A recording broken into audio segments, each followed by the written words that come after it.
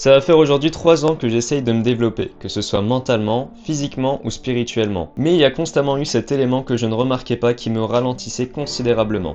On en a tous un et toi aussi tu en as un. Personnellement, depuis que j'ai limité sa présence dans ma vie, je n'ai jamais avancé aussi rapidement. Mon hygiène de vie s'est énormément améliorée. Mes performances sportives ont suivi avec. Ma productivité est devenue incroyable. Je n'ai plus aucun mal à suivre mes cours et à réviser chez moi. Je finis mon semestre avec 15 de moyenne, ce qui m'a permis d'être classé parmi les 10 premiers d'une promotion de 107 étudiants, tout en gérant une chaîne YouTube à côté. J'ai tout simplement réduit mon utilisation du téléphone. Nos parents nous le disaient souvent, c'est à cause du téléphone. En fin de compte, ils n'avaient pas vraiment tort. Le plus gros problème avec le téléphone, c'est qu'on ne réalise pas à quel point il nous sabote. Il nous fait perdre un temps considérable. Mais il n'y a pas que ça, et c'est ce que je vais t'expliquer dans cette vidéo. Tu vas comprendre comment ton téléphone te détruit la vie. Avant de commencer, pour ceux qui ont remarqué, oui, il y a un très gros changement de décor. D'ailleurs, dites-moi ce que vous en pensez, j'ai besoin de vos retours. Bon, on retourne au vif du sujet. Je vais te poser une question. C'est quand la dernière fois que tu t'es posé chez toi sans rien faire du tout? Sans musique, sans télé, sans téléphone. Juste toi, tout seul dans tes pensées, dans le silence complet.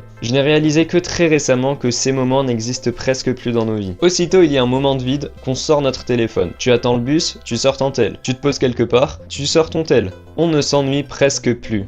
Honnêtement, je n'ai pas ressenti d'ennui depuis mon enfance. Ça me rappelle ces moments où je ne savais pas quoi faire. J'allais, je touchais, je prenais n'importe quoi, j'allais déranger ma mère, me battre avec mes frères. On s'inventait des jeux et on utilisait notre imagination. Sur le moment, certes, l'ennui c'était désagréable. Mais ce qu'on ne savait pas, c'est que ces moments étaient utiles pour nous. Tu ne remarques pas que les moments où tu as les meilleures idées, c'est quand tu ne fais rien. Quand tu bronzes, fais du sport, attends de t'endormir, et encore t'en as qui font tout ça avec de la musique dans les oreilles, peut-être que t'es concerné. Ou quand tu regardes les vidéos de Riku-sama. Il m'a fallu 29 ans pour réaliser ça. N'hésite pas à t'abonner.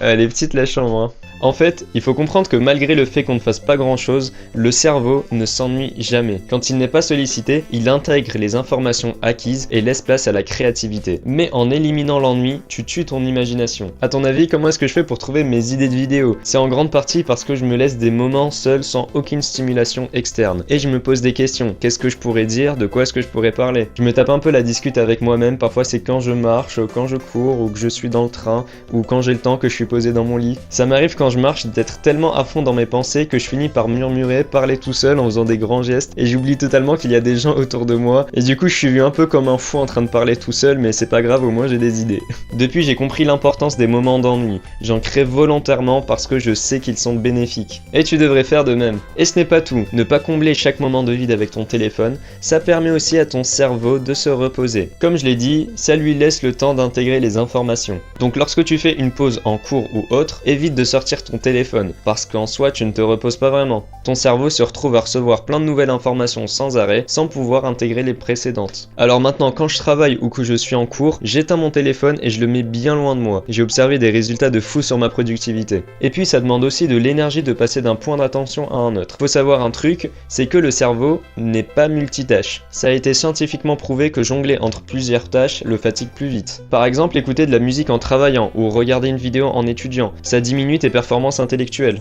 Le téléphone ne t'aide pas non plus dans le fait qu'il te facilite la vie. C'est assez contradictoire, mais on perd de plus en plus notre capacité à raisonner par nous-mêmes. On se pose une question, on demande à ChatGPT. On a un simple calcul à faire, on a une calculatrice. On n'a plus besoin de faire le moindre effort pour retenir un numéro, un itinéraire, une adresse. Et le problème dans tout ça, c'est que avant de trouver une réponse à une question, il y a plein de schémas cognitifs qui se créent jusqu'à avoir la solution. Sauf que lorsqu'on a la réponse directement après la question, rien de tout ça n'existe. À l'école, les profs nous l'ont toujours dit, c'est les réponses qu'on trouve par soi-même qu'on retient le mieux. Sauf qu'aujourd'hui, en grande partie à cause du téléphone, on perd notre capacité à raisonner, et en quelque sorte, on perd notre intelligence. En gros, ton téléphone devient ton cerveau. Comment parler du téléphone sans préciser le fait qu'on ne profite plus de la vie? On ne profite plus des moments qu'on passe seul ou avec les autres. Par exemple, je suis allé récemment en voyage au ski avec ma fac. C'était avec mes potes et c'était vraiment incroyable. Le seul souci, c'est qu'il y avait des moments où tout le monde se retrouvait un peu sur son téléphone à regarder des TikTok ou à jouer à des jeux. Je trouvais ça assez dommage, comme c'est un voyage qu'on attendait depuis le début de l'année, et une fois qu'on est dedans, on le vit pas pleinement. Après, en général, c'était dans les moments qu'on passait ensemble dans la chambre, mais je considère que chaque moment vaut la peine d'être vécu entièrement. Et je suis très content d'avoir éloigné mon téléphone durant mon voyage. J'étais à un temps d'écran de moins d'1 heure par jour, et je le répète encore une fois, le fait d'avoir eu des moments de vide, ça permettait à mon cerveau d'intégrer les informations, et donc de créer des souvenirs dont je vais me rappeler encore très longtemps. Depuis que je fais ça à chaque voyage, je n'ai plus cette sensation de nostalgie une fois qu'on rentre, tout simplement parce que j'ai kiffé le moment de A à Z.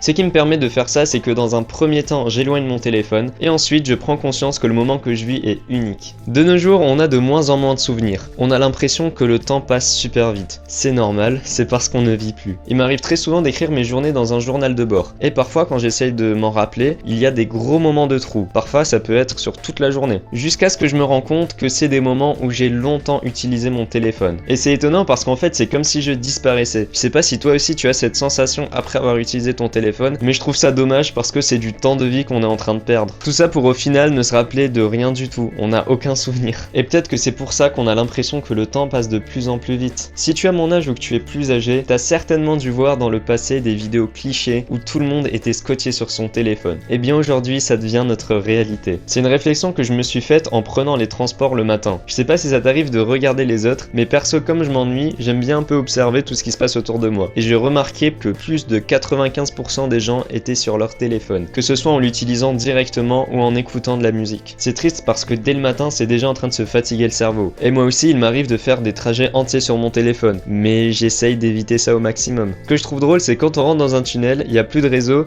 et tout le monde relève la tête.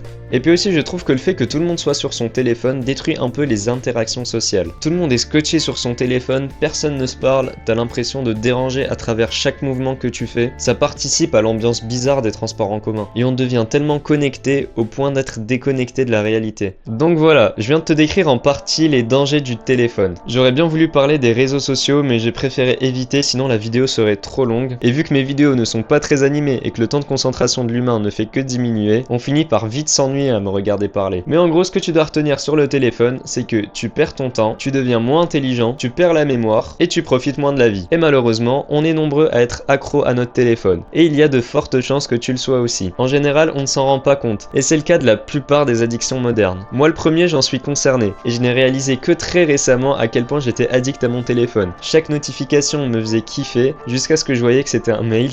J'essayais d'éteindre mon téléphone et de ne pas l'allumer pendant 2 heures, mais j'avais cette envie constante de l'ouvrir sans savoir vraiment pourquoi. Aujourd'hui, je suis le seul fou qui, durant un trajet de 30 minutes de train, ne sort pas une seule fois son téléphone. Et je suis carrément vu bizarrement, parce que ça devient bizarre pour les autres de ne pas être occupé par quelque chose. Et pour beaucoup, c'est même devenu impossible de rester assis sans rien faire. Je veux aussi ajouter le fait que depuis que j'utilise moins mon téléphone, j'arrive à me coucher plus tôt et avoir un meilleur sommeil. Je n'arrive presque plus en retard. Le temps gagné est incroyable et ça te fait beaucoup moins de pression. Je vais pas faire le haineux jusqu'au bout, mais bien sûr qu'il y a des avantages à avoir un téléphone.